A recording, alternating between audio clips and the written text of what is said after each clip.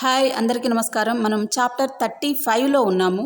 లాహిరి మహాశయుల యొక్క పావన జీవనం అనే ఈ అధ్యాయం ద్వారా మనం లాహిరి మహాశయులు గారు క్రియాయోగా గురించి ఎన్నో అద్భుతమైన విషయాలు చెప్పారు. వాటిని మనం డిస్కస్ చేద్దాం ఈ వీడియో ద్వారా. ఆయన అసలు పేరేంటి అంటే శ్రీ శ్యామచరణ్ దేవ్ శర్మన్. అది ఆయన అసలు పేరు. ఇక కాశీబాబా, యోగివర్, యోగిరాజ్, మునివర్ ఇవన్నీ కూడా ఆయన శిష్యులు పెట్టినటువంటి పేర్లు అనమాట. ఇక యోగావతార్ అనేది యోగానందుడు గారు పెట్టినటువంటి యోగావతార్ పేరు. ఆయన ఉద్యోగం చేసేవాళ్ళు ఒక గవర్నమెంట్ ఎంప్లాయీ అనమాట. ఆయన ఎక్కడ మిలిటరీలో ఆయన గవర్నమెంట్ ఎంప్లాయీగా చేస్తున్నారు. అక్కడ ఇంజనీరింగ్ డిపార్ట్మెంట్లో అకౌంటెంట్గా చేస్తున్నారు అనమాట. అలా చేస్తూ ఉండగా ఆయనకి ఒకసారి రాణికేత్కి ఆయనకి ట్రాన్స్ఫర్ అవుతుంది. అలా రాణికేత్కి ట్రాన్స్ఫర్ అయినప్పుడు ఎవరో పిలిచినట్టు అనిపించి ఒక 10 days పాటు ఆయన వెళ్ళిపోయి దూరంగా హిమాలయాల దగ్గరికి వెళ్ళిపోయి ఆ హిమాలయాల దగ్గర ఒక కేవ్ ఉంటే ఆ కేవ్లోకి అక్కడికి వెళ్ళిపోతారనమాట. అక్కడ ఒక వ్యక్తి కనిపిస్తారు ఆయనకి. తర్వాత తెలుస్తుంది ఏంటి అంటే ఆ వ్యక్తే ఆయన యొక్క గురువు గారు అని చెప్పేసి, మహావతార్ బాబాజీ అని చెప్పేసి ఆయనకి తెలిసి ఆయన దగ్గర ఆల్రెడీ ఆయనకి మహావతార్ బాబాజీ గారు ఏం చెప్తారు ఈయనకి అంటే, మనం పూర్వజన్మలో నీకు ఒక డిజైర్ ఉంది, ఒక కోరిక ఉంది, అందుకే నువ్వు మళ్ళీ పుట్టాల్సి వచ్చింది ఇక్కడ, అందుకనే నువ్వు ఆ కోరిక నీకు తీరుస్తాను అని చెప్పేసి ఒక మహాభవనం అనేది ఆ కేవ్ దగ్గరలో ఒక మహాభవనం, బంగారంతో చేసిన మహాభవనాన్ని సృష్టిస్తారనమాట ఆయన కోసం ప్రత్యేకంగా.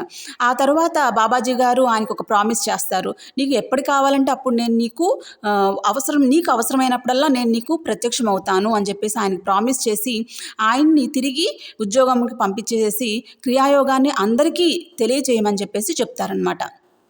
అది ఆయనకి 33వ సంవత్సరంలో అలా జరుగుతుంది. ఇక 33 తర్వాత నుంచి అంటే 1861లో ఆయన క్రియ తీసుకున్నారు. 1886లో అంటే రాణికేత్లో దీక్ష తీసుకున్న 25 ఏళ్ల తర్వాత లాహిరి మహాశయులు పెన్షన్ మీద పదవి విరమణ చేశారనమాట. అప్పటికి ఆయనకి 58 సంవత్సరాలు. సో ఒకే ప్రభుత్వ శాఖలో 35 ఏళ్ల పాటు ఉద్యోగం చేశారు ఈయన. ఇక రిటైర్ అవడం వలన పగటిపూట కూడా ఆయన దొరకడంతో శిష్యులు ఎక్కువ సంఖ్యలో రావడం ప్రారంభమైందనమాట. ఇక మహాగురువులు ఇప్పుడు రోజు మొత్తంలో చాలాసేపు ప్రశాంతంగా పద్మాసనంలో కూర్చుని మౌనంగా ఉంటూ ఉండేవాళ్ళు. లాహిరి మహాశయులు గారి యొక్క కీర్తి భారతదేశంలోని ఎన్నో ప్రదేశాలకి వ్యాపించింది. ఆయన మారుమూల ప్రాంతంలో ఉన్నప్పటికీ కూడా, కాశీలో ఒక మారుమూల ప్లేస్లో ఉన్నప్పటికీ కూడా కీర్తి అనేది సహజంగానే వ్యాపించేసింది. ఎందుకు అంటే పూలల్లో వాసన, మనుషుల్లో యోగ్యత అవి దాచినా దాగవు కదా. అట్లా ఎంతోమంది శిష్యులు ఆయన వెతుక్కుంటూ ఈయన కాశీకి ఆయన దగ్గరికి వచ్చేవాళ్ళు అనమాట.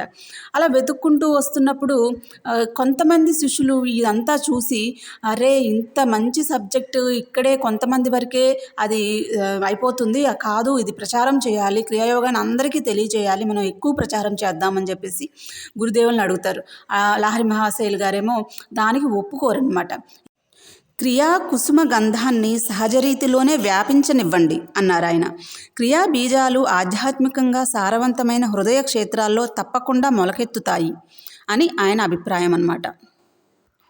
లాహిరి మహాశయుల జీవితంలో విలక్షణంగా చెప్పుకోదగ్గ విషయం ఏమిటంటే, ప్రతి మతం వాళ్ళకి క్రియాయోగ దీక్ష ఇవ్వడం. హిందువులు ఒక్కరే కాదు, ముస్లింలు, క్రైస్తవులు కూడా ఆయన ప్రముఖ శిష్యుల్లో ఉన్నారు. మన లాహిరి మహాశయులు గారు తిరిగి రాణిఖేత్ నుండి తిరిగి వచ్చేసేసి తన కాశీలో తన యొక్క ఆఫీస్ పని యథావిధిగా చేసుకుంటూ ఉన్న టైంలోనే అక్కడ ఆ ఆఫీస్లో ఆయన యొక్క హైయర్ ఆఫీసర్ ఒక ఆయన ఉండేవాళ్ళు అనమాట. ఆయన ఇంగ్లీష్ ఆఫీసర్, సూపరింటెండెంట్ అనమాట ఆయన. అయితే ఈయనకి మన లాహిరి మహాశయులకి మంచి సఖ్యత ఉండేదన్నమాట. చాలా ఫ్రెండ్స్గా ఉండేవాళ్ళు. వాళ్ళు ఏంటంటే మన లాహిరి మహాశయులు గారి యొక్క గొప్పతనం ఈ సూపరింటెండెంట్ గారికి ముందుగానే ఆయన పసిగట్టారు, తెలిసిపోయిందనమాట. అయితే ఆయన ఇంగ్లీష్ ఆఫీసర్ ఒకసారి ఆఫీస్లో చాలా దిగులుగా కూర్చుని ఉంటారు. అది లాహిరి మహాశయులు గారు చూసి అడుగుతారు ఆయన్ని, సార్ మీరు ఎందుకు ఇంత దిగులుగా కూర్చున్నారు అని చెప్పేసి. అప్పుడు ఆయన చెప్తారు ఏంటంటే, లండన్లో మా వైఫ్ ఉన్నారు, ఆవిడ చాలా జబ్బుతో ఉన్నారు, చాలా రోజుల నుంచి మాత్రలు తీసుకుంటున్నారు. ఆవిడ ఎట్లా ఉన్నారు లండన్‌లో? నేనేమో ఇక్కడ ఇండియాలో ఉండిపోయాను. ఆవిడేమో లండన్‌లో ఉన్నారు. అసలు ఆవిడ ఎలా ఉన్నారో నాకు అది తెలియట్లేదు అని చెప్పేసి దాని గురించి నేను ఆలోచిస్తున్నాను అని చెప్పేసి చెప్తే, వెంటనే మన లాహిరి మహాశైలు గారు, నేను మీ వైఫ్ గురించిన విశేషాలు నేను చెప్తాను అని చెప్పేసి వెళ్ళిపోయి ఒక ప్లేస్‌లో నీట్ ప్లేస్‌లో కూర్చుని ధ్యానం చేసి కాసేపు ఆగి వచ్చి మన ఈయనతో చెప్తారనమాట, ఇంగ్లీష్ ఆఫీసర్‌తో. మీ వైఫ్ చాలా బాగున్నారు. ఆవిడ చాలా కోలుకుంటున్నారు కూడా ఇప్పుడు. ఆవిడ జబ్బు కూడా నయమవుతుంది. ఇప్పుడు మీకోసం లెటర్ రాస్తూ కూర్చున్నారు అని చెప్పేసి చెప్తారు. ఆ లెటర్‌లో ఇదిగో ఈ విషయాలు ఉన్నాయనే మాటలు కూడా ఆయన చెప్తారనమాట. దాంతో మన ఇంగ్లీష్ ఆఫీసర్ గారు చెప్తారు, ఈయన్ని లాహిరి మహాశైలు గారిని ఆయన ఎక్స్ట్రాటిక్ బాబు అని పిలుస్తూ ఉంటారనమాట. ఎక్స్ట్రాటిక్ బాబు, మీరు చాలా గొప్పవాళ్ళని నాకు తెలుసు, కానీ ఇక్కడ ఉన్న మీరు అక్కడ ఏం జరుగుతుందో చెప్పే అంత మహాత్ములని నేను ఎప్పుడూ అనుకోలేదని చెప్పేసి చెప్తారు. అయితే కొన్ని రోజులకి వాళ్ళ వైఫ్ రాస్తున్నటువంటి ఏదైతే లెటర్ రాసిందో ఆ లెటరు వస్తుందన్నమాట. ఆ లెటర్ చూసి ఆయన ఆశ్చర్యపోతారు. ఏంటంటే లాహిరి మహాశైలు గారు ఒక నెల క్రితం ఏదైతే మాటలు చెప్పారో అవే మాటలు ఆ లెటర్లో ఉన్నాయన్నమాట. తర్వాత ఇంకా కొన్ని నెలలకి వాళ్ళ వైఫ్ లండన్ నుంచి ఇండియాకి వచ్చేస్తారు. ఇండియాకి వచ్చిన తర్వాత ఈ ఆఫీసులకు వెళ్ళిన తర్వాత ఆవిడ లాహిరి మహాశైలు గారిని చూసి షాక్ అవుతారు. ఏంటి, నేను ఈ వ్యక్తినే, నేను లండన్లో మంచం మీద ఉన్నప్పుడు, సై మీద ఉన్నప్పుడు, జబ్బుతో బాధపడుతున్నప్పుడు నా మంచం పక్క నేను ఆయన చూశాను. ఇప్పుడు ఇదే వ్యక్తిని నేను ఇప్పుడు ఇక్కడ చూస్తున్నాను అని చెప్పేసి ఆవిడ చెప్తారనమాట. ఇక దాంతో వాళ్ళకి అర్థమవుతుంది మన లాహిరి మహాశైలు గారి యొక్క గొప్పతనం. మన లాహిరి మహాశైలు గారికి శిష్యులు ఎక్కడెక్కడి నుంచో మారుమూల నుంచి వస్తున్నారని అనుకున్నాం కదా. అయితే వాళ్ళల్లో ఒక ప్రఖ్యాత శిష్యులు ఉన్నారు. ఆయన పేరు శ్రీ భూపేంద్రనాథ్ సన్యాల్. ఆయన చాలా యంగ్గా ఉన్నప్పుడు, అంటే 1892లో జరిగిందనమాట. కాశీకి వెళ్ళలేకపోయారు. ఆయన అక్కడ వేరే ఎక్కడో ఉన్నారు. కాశీకి వచ్చి మన లాహిరి మహాశైలు గారిని కలుసుకుని శిష్యుడుగా అంటే క్రియాయోగ దీక్ష తీసుకోవాలన్నమాట. యాక్చువల్గా ఇక్కడ మనకు ప్రాసెస్ ఏంటి అంటే, క్రియాయోగ వెంటనే ఇవ్వరు. మొట్టమొదట ముందు జాయిన్ అయిన తర్వాత, శిష్యుడిగా జాయిన్ అయిన తర్వాత కొన్ని రోజులు కొన్ని సింపుల్ టెక్నిక్స్ చేయాలి. ఆ తర్వాతే క్రియ ఇస్తారు. అట్లా ఈయన ఆల్రెడీ శిష్యుడు ఆయన దగ్గర. తర్వాత ఒక సంవత్సరమో తర్వాత 2 సంవత్సరాలకో క్రియ తీసుకోవాలి. సో ఆ క్రియ తీసుకోవడానికి ఈయన వెళ్ళలేకపోతున్నారనమాట. కాశీ వెళ్ళి క్రియ తీసుకోవడానికి ఈయనకి టైం కుదరట్లేదు. సో అప్పుడు మన మామూలుగా ప్రార్థిస్తూ ఉన్నారు, లాహిరి మహాశయ నాకు క్రియ కావాలి అని చెప్పేసి ఆయన ఎక్కడో ఉండి ప్రార్థిస్తున్నారు. అది ఈయన ఏమైంది, ఆయన నిద్రపోతున్నప్పుడు కలలో వచ్చి లాహిరి మహాశైలు గారు ఆయనకి క్రియ ఇవ్వడం జరిగిందనమాట. తర్వాత ఎప్పుడైతే ఆయనకి కుదిరిందో, ఇదంతా మామూలు కళ అంతా అయిపోయింది. ఎప్పుడైతే కుదిరి మళ్ళీ తిరిగి వెళ్ళి కాశీకి వెళ్ళి లాహిరి మహాశైలు గారిని కలుసుకుని ఈయన నిజంగా గురుదేవా నాకు క్రియ కావాలి, ఇప్పుడు క్రియ ఇవ్వండి అని చెప్పేసి ఆయన అడుగుతారు.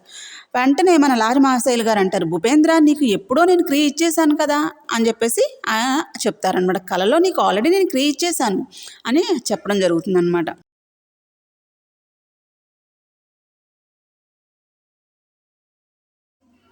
నువ్వు ఎవరివాడివి కావని, ఎవ్వరూ నీ వారు కారని గుర్తుంచుకో. ఎప్పుడో ఒకనాడు నువ్వు హఠాత్తుగా ఈ ప్రపంచంలో ప్రతిదీ వదిలేసి పోవాల్సి ఉంటుందని తెలుసుకో. కాబట్టి దేవుడితో ఇప్పుడే పరిచయం చేసుకో అని చెబుతూ ఉండేవాళ్ళు మహాగురువులు.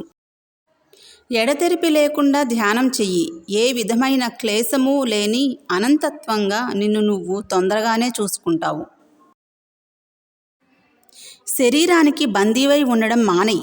క్రియాయోగం అనే రహస్య కీలకాన్ని ఉపయోగించి శరీరం నుంచి తప్పించుకుని పరమాత్మ సన్నిధిలోకి పారిపోవడం నేర్చుకో. ముస్లిం రోజుకు 5 సార్లు నమాజ్ చేయాలి అని చెప్పేవారు గురుదేవులు. హిందువు రోజుకు అనేక మాటలు ధ్యానంలో కూర్చోవాలి. క్రైస్తవుడు దేవుణ్ణి ప్రార్థిస్తూ బైబిల్ చదువుతూ రోజు అనేక మాటలు మోకాళ్ళ మీద వంగాలి. ధ్యానం ద్వారా మీ సమస్యల్ని పరిష్కరించుకోండి. లాభం లేని మత సంబంధమైన ఊహలకు బదులు వాస్తవమైన దైవ స్పర్శ మీద శ్రద్ధ నిలపండి. గృహస్థ యోగిగా లాహిరి మహాశయులు ఈనాటి ప్రపంచం అవసరాలకు అనువైన ఆచరణానుకూల సందేశం ఒకటి అందించారు. ప్రాచీన భారతదేశంలో ఉన్న అద్భుతమైన ఆర్థిక మత ధార్మిక స్థితులు ఈనాడు లేవు. అందువల్ల యోగి భిక్షపాత్ర చేతబుచ్చుకుని సంచారం చేసే తపస్విగా జీవించాలన్న పాతకాలపు ఆదర్శాన్ని ఆ మహాయోగి ప్రోత్సహించలేదు. దాని బదులు ఇప్పటికే ఎంతో ఒత్తిడికి గురి అయి ఉన్న సమాజం మీద ఆధారపడి ఉండకుండా యోగి తన బతుకు తాను బతకడానికి కావాల్సినది సంపాదించుకోవడంలోనూ తన ఇంట్లోనే ఏకాంతంగా ఒకచోట యోగ సాధన చేయడంలోనూ గల లాభాలు నొక్కి చెప్పారు. ఈ సలహాకు తోడుగా హర్షదాయకమైన తమ ఆదర్శ బలాన్ని ఆయన జోడించారు. ఆయన ఆధునికులైన సర్వశ్రేష్ఠ ఆదర్శ రూపులైన యోగి. ఆయన జీవన మార్గం ప్రపంచంలో అన్ని దేశాల్లోనూ ఉండే యోగ సాధకులకు మార్గదర్శకంగా ఉండాలని బాబాజీ ప్రణాళికలో నిర్ణయమైంది. సో ఆయన చెప్పేది ఏంటంటే, మామూలుగా ఇదివరకు రోజుల్లో ఒక యోగి భిక్షపాత్ర పట్టుకుని అడుక్కుంటూ ప్రతి ఇంటింటికి వెళ్ళేవాళ్ళు. సో అది కరెక్ట్ కాదు. ఎందుకంటే సమాజంలో ఆల్రెడీ కొంత ఇబ్బందికరమైనటువంటి విషయాలు ఉన్నప్పుడు మళ్ళీ మన ఈ యోగులు లేకపోతే సన్యాసులు వాళ్ళ మీద ఆధారపడడం అనేది రెస్పాన్సిబుల్గా తీసుకుని వాళ్ళ దగ్గర నుంచి ఇంకా వాళ్ళని అడగడం అనేది కరెక్ట్ కాదు. సో సొంతంగా తనకి తాను సంపాదించుకుంటూనే ఏం చేయాలి, ఇంట్లో ఒక గదిలో ఒక కూర్చుని చక్కగా సాధన చేసుకోవాలి. అట్లా ఆయన సందేశం ఇవ్వడమే కాదనమాట, ఆయన చేసి చూపించారు, అక్కడ ప్రూవ్ చేశారనమాట.